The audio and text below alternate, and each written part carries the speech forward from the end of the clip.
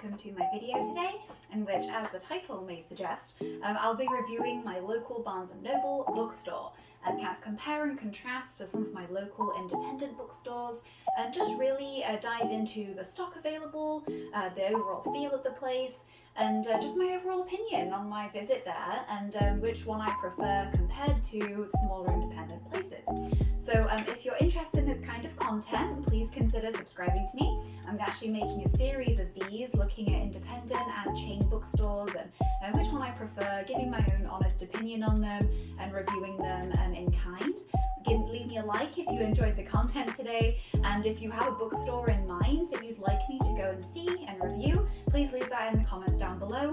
And if there's any content you'd like to see me do that's related to books, writing, anything like that, also just leave me a comment. I love your feedback and it really helps me grow as a creator.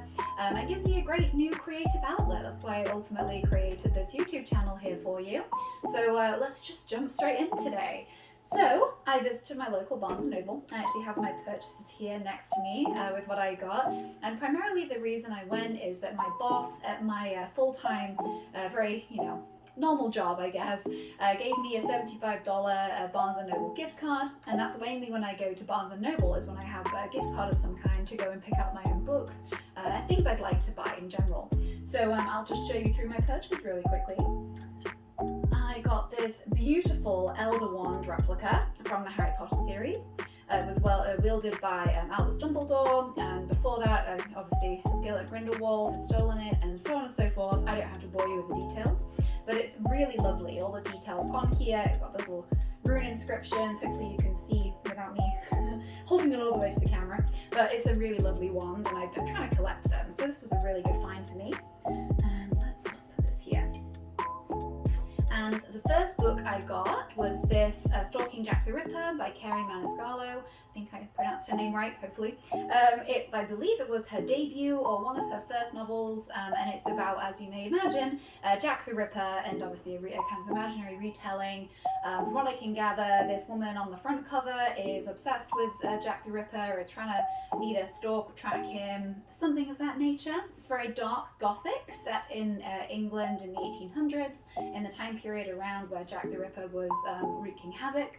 So I was really interested in this one. It has some really dark undertones, like a gritty sort of feel. So I really wanted to pick this one up and give it a try. It is part of a series too. So hopefully if I like it, I'll be able to pick up the other books from Barnes & Noble as well.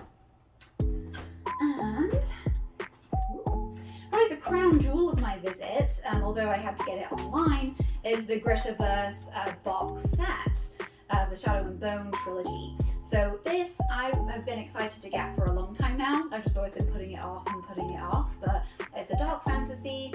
I'm really into those at the moment. I really discovered that love, rediscovered really, through reading Court of Thorn and Roses and Throne of Glass, like a gritty kind of dark fantasy feeling. So on that kind of high, as it were, when I finished the current available Court of Thorn and Roses books, I've been really wanting to try this one.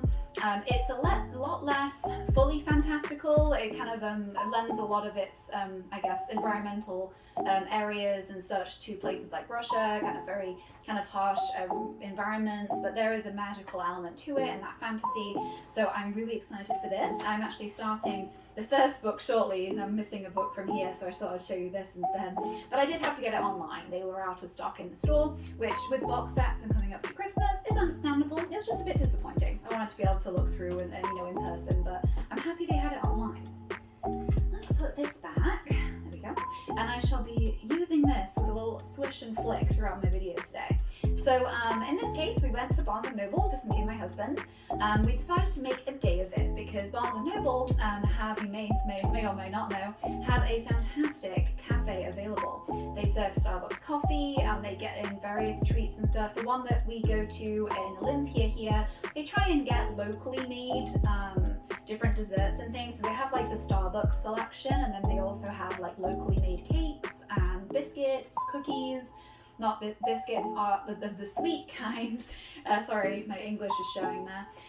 But it's a really lovely atmosphere. You know, you can smell coffee throughout the bookshop. It's really lovely.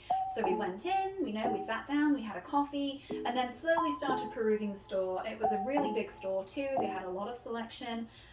So that's kind of when I like to go to Barnes & Noble, is if I have a whole day to kill, really, because there's a lot of stuff to look at. And also that ability to sit down and recharge with a cup of coffee is really nice.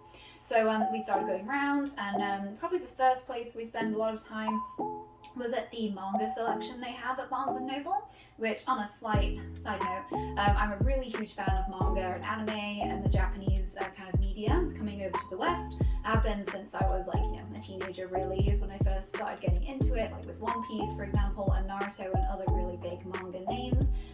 So I love going to find new manga I can read, and I'd love to make some videos on this channel going over manga, and as a, for traditional readers, kind of suggesting some mangas I would suggest as also a traditional reader, but also an untraditional, because I love comics and manga as well, just anything on a page, and I'm basically all over it. So if you're actually interested in that, then leave me a comment down below and let me know. That would be really fun, and I'm really looking forward to do that kind of content for you all. But that aside, they had a really good manga area. It was a lot larger than other Barnes & Nobles I've been to in the past, and very well organized. Throughout the store as well, we noticed a lot of like tables where the staff has set little displays and kind of themed books, or books that they recommended, or popular books from various social medias, like for example, Book Talk. Like they had a whole table of Book Talk books. I do not use TikTok, but the books on it were very intriguing, so I'll have to probably go back and have a look.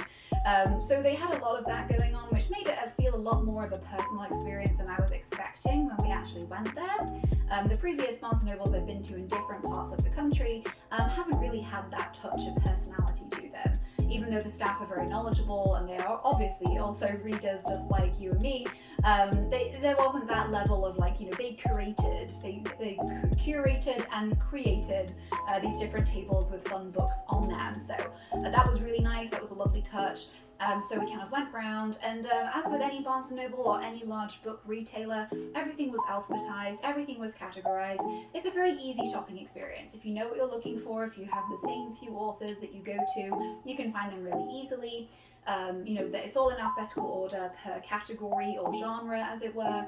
And so it makes for very easy shopping, which I do appreciate when I'm looking for something specific. But if given a choice, I would prefer a browsing style bookshop any day of the week, but you can find some really interesting books that are probably not going to be found in your local Barnes & Noble.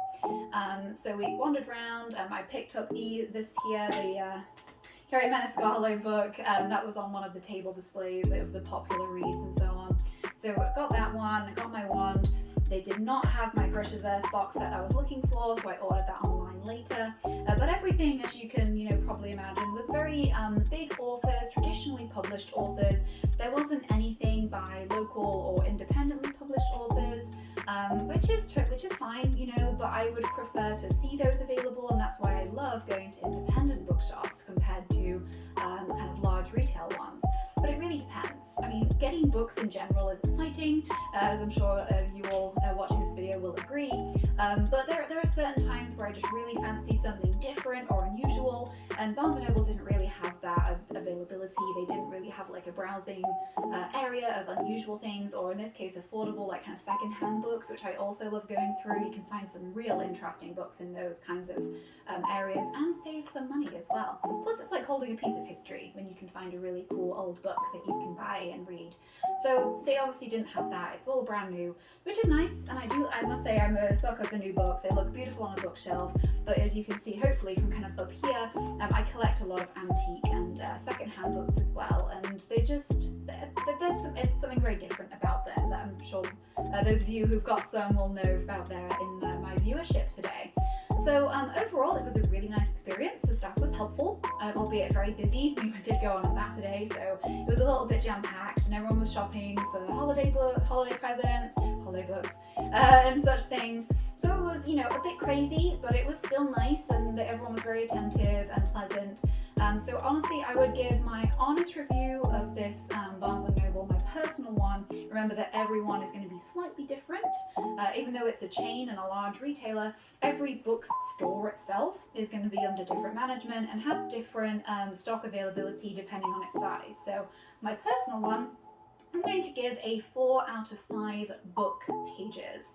As I mentioned, it had everything I really wanted on that particular day, but I just really prefer the feeling of a smaller browsing location. I love secondhand books and being able to find some real bargains that I can put on my shelves that I can read and love and even pass along to some more people. And obviously Barnes & Noble does not accommodate for that, which again is perfectly fine. But everybody has different preferences with their bookstores, bookshops, and such things. So if you prefer that, as I mentioned, this kind of more alphabetized, indexed, brand new kind of traditionally published authors, mass market paperbacks, things like that are really easy to go through and accessible, Barnes & Noble is your place. If you're after something a bit more unusual, emerging or independently published authors and so on, definitely go ahead with your independent bookstores. But I was pleasantly surprised by this experience. It was actually very nice. I was really expecting to not be able to find too much because it's a little bit overwhelming even, that there's so much choice and so much beautifully displayed that it's a little bit overwhelming, but everything was actually really nice to go through and meander around and kind of look at blurbs and things, and it wasn't too crazy for a Saturday. Busy, but not crazy. So if you enjoyed this review, potentially look at some of my other bookstore review videos. They'll be in a playlist that should be popping up on screen at the end here if I get my editing correct. And otherwise, if you're interested in my various book reviews, my writing, tips and tricks, and tutorials, subscribe to my channel because I try and upload at least once or twice every week, or potentially more if I have some more free time on my hands. My biggest enemy right now in the winter is actually the light in this room, so that's the only thing really keeping me from filming and work being busy. But that aside, I really hope you enjoyed this video today. Leave me your feedback as ever in the comments, and if you have a bookshop that you would really like me to go to and review, I'm actually kind of pretty game for going anywhere. The biggest restriction though is it'll have to be the United States, but if you have one that you think I'd really enjoy, or one close to me here in Olympia, Washington, let me know because I always love to find new places to explore for books. And I hope you all have a wonderful morning, afternoon, evening, whatever time of day it is for you all, and happy reading.